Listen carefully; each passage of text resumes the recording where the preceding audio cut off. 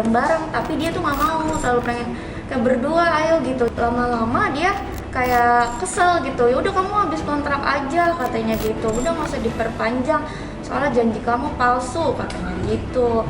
Dan akhirnya aku mutusin bahwa aku tuh negesin dia lewat pesan WhatsApp, maaf Pak, saya gak bisa kalau jalan berdua.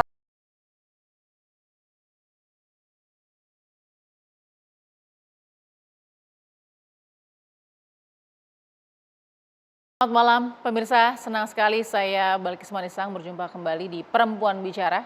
Setiap Jumat malam, 1 jam ke depan kita akan bahas tentang isu yang pasti mudah-mudahan sangat bermanfaat nanti untuk pembelajaran kita semua.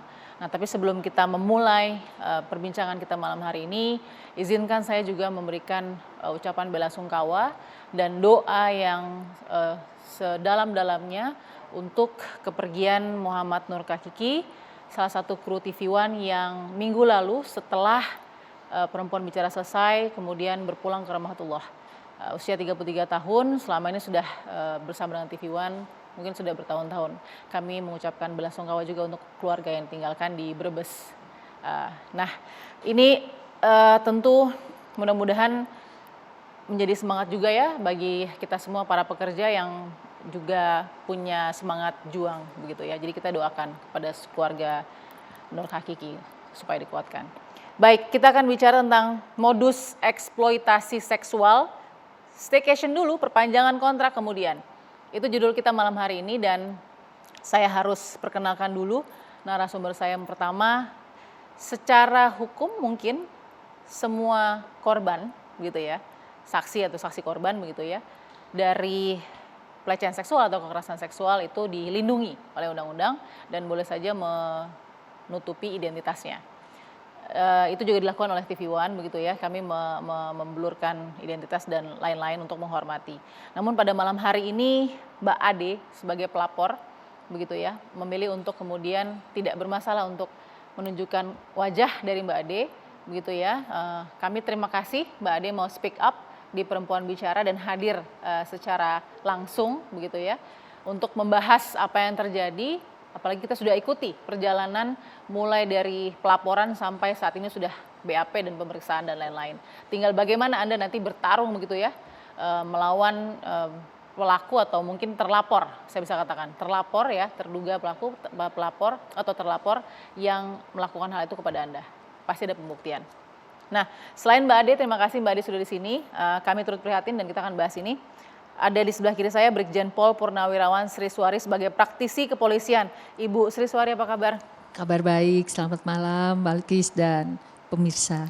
Malam Ibu, mohon maaf ya Bu, setiap mengundang selalu ada berita buruk tentang perempuan dan lain-lain begitu. Tapi inilah faktanya. Ya, semoga dari keburukan itu memberikan pelajaran berharga. Baik Ibu Sri, dan sebelah kirinya lagi ada Mbak Andi Yentriani, Ketua Komnas Perempuan yang sangat sibuk dan semakin sibuk pasti dengan masih aja terus kasus ya yang bergulir. Mbak Andi, apa kabar? Baik, selamat malam juga Mbak Balkis dan juga salam Indonesia yang Bhinneka untuk kita semuanya. Baik, kasus-kasus memang selalu dilaporkan ya betul dari waktu sekali, ke waktu. betul sekali. Oke, kami juga mengundang perwakilan dari Kementerian Ketenagakerjaan. Namun karena Ibu Hayani Rumondang sebagai Dirjen Binwasnaker dan K3 Kemnaker sedang menjalankan tugas yang akan bersama kita melalui Zoom begitu ya, virtual, yaitu Wakil Menteri Ketenagakerjaan Wamenaker Afriansyah Nur. Bapak Afriansyah, selamat malam. Nanti akan bergabung dengan kita untuk membahas soal kasus ini. Baik, yang pertama kita berikan dulu informasi yang akan menjelaskan duduk perkaranya.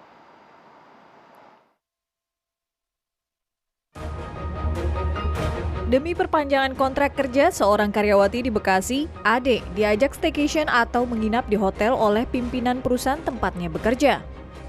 Setelah diterima kerja pada November 2022, pelaku yang merupakan manajer outsourcing kerap merayu korban, mulai dari mengajak jalan hingga berhubungan seks. Korban selalu menolak dengan berbagai alasan, hingga pelaku mengancam tidak akan memperpanjang kontrak kerja jika korban menolak ajakan untuk staycation. Saat ini polisi tengah memeriksa pelaku. Pelaku sempat meminta maaf saat korban melaporkannya ke polisi. Berdasarkan International Labour Organization, 70,93% pekerja Indonesia pernah menjadi korban kekerasan dan pelecehan seksual. 42,55% pekerja hanya diam dan tidak tahu harus berbuat apa setelah mengalami pelecehan dan kekerasan seksual. Angka yang sangat tinggi, 70% lebih. Tapi saya pertama langsungin ke Mbak Ade. Mbak Ade sudah hampir beberapa hari ya ini ya, mungkin sudah hampir sepekan ya, kasus ini berjalan. Yang pertama mungkin yang harus kami tanyakan ke Mbak Ade, mengapa memilih bersuara dan kemudian saat ini Anda berani untuk speak up di Perempuan Bicara? Kalau saya diem aja, ya terus saya mau sampai kapan kayak gini terus gitu. Saya juga ya sebagai wanita nggak mau lah dilecehkan seperti itu, Mbak. Oke, sudah sepekan ini apa yang terjadi dalam hidup Anda? Ketika banyak sorotan perhatian publik juga mempertanyakan mungkin niat atau mungkin intensi, motivasi Anda untuk melakukan pelaporan begitu ya. Apa memang sudah sangat kuat begitu ya, paling tidak perhatian atau mungkin dorongan juga untuk melapor atau memang dari Anda sendiri sebenarnya? Ya terutama dukungan dari keluarga juga, dari orang-orang terdekat. Karena saya juga udah begitu sakit hati ya, apa sih namanya, kayak sering modus-modus kayak gitu kan, saya juga punya harga diri yang nggak mau gitu kayak di modus dipegang-pegang tangan kayak gitu, nggak mau. Makanya ya udahlah saya berani buat speak up kayak gini gitu biar si Pelaku ya, si atau terlapor ya? Iya, terlapor. itu jerak gitu, nggak Oke. gitu-gitu lagi ke yang lain. Saya boleh klarifikasi ya, apa saja bentuk pelecehan atau kekerasan seksual yang Anda derita nih dari terlapor? Dia sempat pegang-pegang tangan saya kayak, ih tangan kamu lembut ya, ih apa sih kata aku gitu kan ya. Ya sempat kayak modus-modus pegang tangan tapi sama saya ditarik gitu. Saya juga kan gak mau ditarik-tarik gitu kan. Kayak dia, apa sih gitu kan, kamu tangannya lembut banget sih kayak gitu kan. Gak pernah ini ya, gak pernah cuci ya, gak pernah nyuci ya, aku tangannya lembut banget gitu Mbak, kayak gitu Jadi modus. fisik sudah begitu ya? Udah, Secara sempat. verbal sudah? Udah. Baik di mungkin mengirim pesan begitu ya, ataupun Iya. secara langsung? Kebanyakannya sih secara langsung, cara lisan dia Oke. ngajak-ngajaknya. Tapi ngajak-ngajaknya tuh pengennya berdua mulu. Kalau diajakin bareng-bareng nggak mau, dia selalu nolak. Oke. Sejauh ini bagaimana dari pihak terlapor? Ada komunikasi tidak? Nggak ada, karena dari aku pun nggak membatasi komunikasi Mbak. Tapi Iya. sudah mempunyai bukti yang dipegang oleh Ada, Mbak Ade ada, ya? iya ada. Oke. Dari bukti chat. Nah, waktu wawancara kerja juga sama terlapor atau sama pihak lain? Iya, sama terlapor. Dari awal masuk kerja kenal dengan terlapor sebagai penerima Mbak Ade? Iya gitu. Oke, ada sekitar 6 bulan berarti ya? Ya sekitar 6 bulan. Dari November 2021? 2022. Mohon maaf, dari 2022. Oke. Iya. Mbak Ade bekerja, mohon maaf, di situ memang sebagai outsource ya ini ya kita lihat ya. Nah, ada hubungan langsung nggak dalam pekerjaan? Setiap hari harus berkomunikasi dengan terlapor atau bagaimana? Nggak ada. Jadi di tempat kerja itu nggak ada hubungan sama dia. Kita tuh pisah gitu, Ya, jauh artinya jaraknya. tidak ada tanggung jawab Anda untuk melaporkan pekerjaan setiap minggu atau bagaimana kepada terlapor? Nggak ada. Oke, jadi banyak komunikasi itu dilakukan oleh terlapor dulu kepada Anda? Iya betul. Oke, nah sekarang yang ingin dikejar oleh Mbak Ade apa? Aku pengen cari keadilan aja sih Mbak. Terus aku juga pengen kerja bener-bener, cuma pengen kerja gitu. Karena aku juga kan butuh buat makan, buat sehari-hari gitu. Oke. Jadi di situ juga aku juga kan entar bukan berarti mengiyakan gitu. Oke. Iya, karena entar tuh karena aku juga butuh kan pekerjaan gitu. Oke, statusnya saat ini gimana Mbak Ade dalam pekerjaan? Sudah tidak bekerja lagi? Sudah tidak bekerja. Oke, setelah ditolak seperti itu, lalu terlapor tidak memperpanjang kontrak? Iya. Oke, dan Mbak Ade tidak meneruskan juga ya? Iya. Sudah ya? Oke. Nah, ternyata ini kan tidak viral karena Mbak Ade ya? Iya. Jadi ini bagaimana awal mulanya justru jadi perhatian publik yang dari kacamata Mbak Ade ini? Iya, kebetulan kan kasus staycation ini kan emang lagi viral ya. Kebetulan kan emang aku merasakan ini gitu kejadian, tapi aku mencegah gitu, waspada kalau aku punya firasat tuh wah ini sih ini kayak mau macem-macem gitu ya. Mau macem-macem gitu. Jadi aku tuh di situ buat coba mencegah gitu Iya. karena berita ini juga udah banyak kan ya dibaca-baca.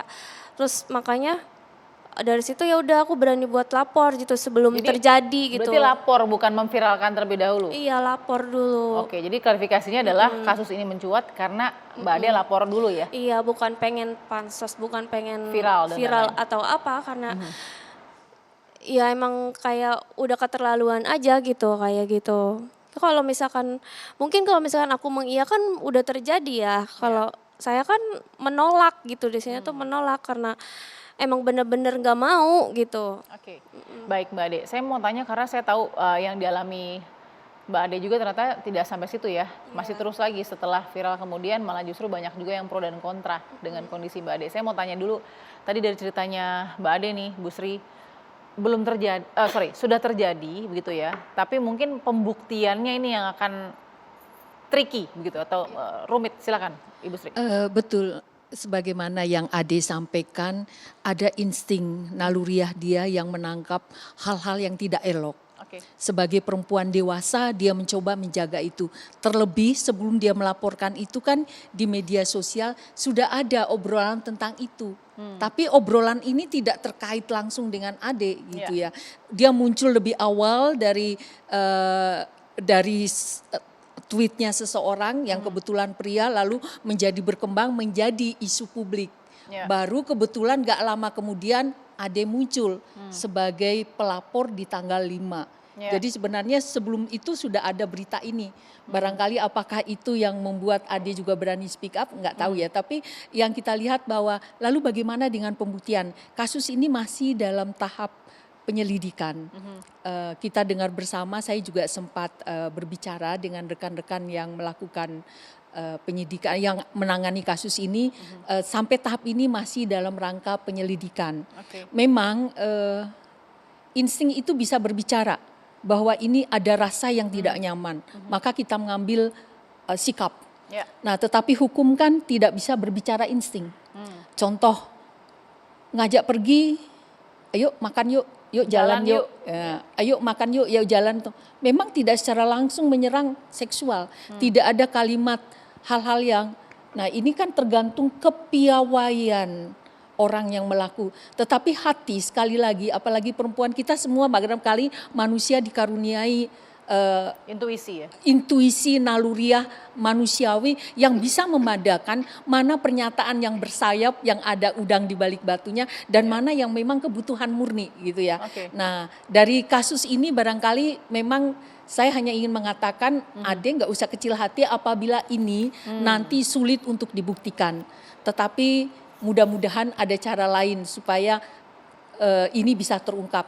Apapun kondisinya, memang Ade ada dalam posisi yang sangat dilematis. Sebagian pihak akan menyatakan Ade AIUEO, tapi semoga ini menjadi Anda menjadi lebih kuat, perempuan dewasa, tetapi keberanian Anda menunjukkan sikap menolak, ini memberikan pelajaran berharga bagi seluruh perempuan di luar sana.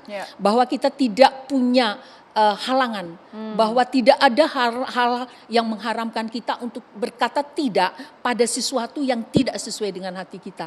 Jadi kita bicara hukum masih jauh Mbak Balkis karena ini masih dalam penyelidikan. Oke. Ya kita juga hargai juga ya, kasus ini juga mencuat karena tadi Mbak Ade nggak merasa memviralkan, kan media juga baik itu nasional maupun media sosial begitu ya mengangkat ini, itu yang menjadi kunci penting juga. Oh iya, satu hal berbicara ketika media mengangkat ini banyak statement-statement yang menurut saya membuat Ade terpojok. Ketika ada kata pelecehan seksual, Ade sendiri nggak merasa itu, nggak mengatakan itu.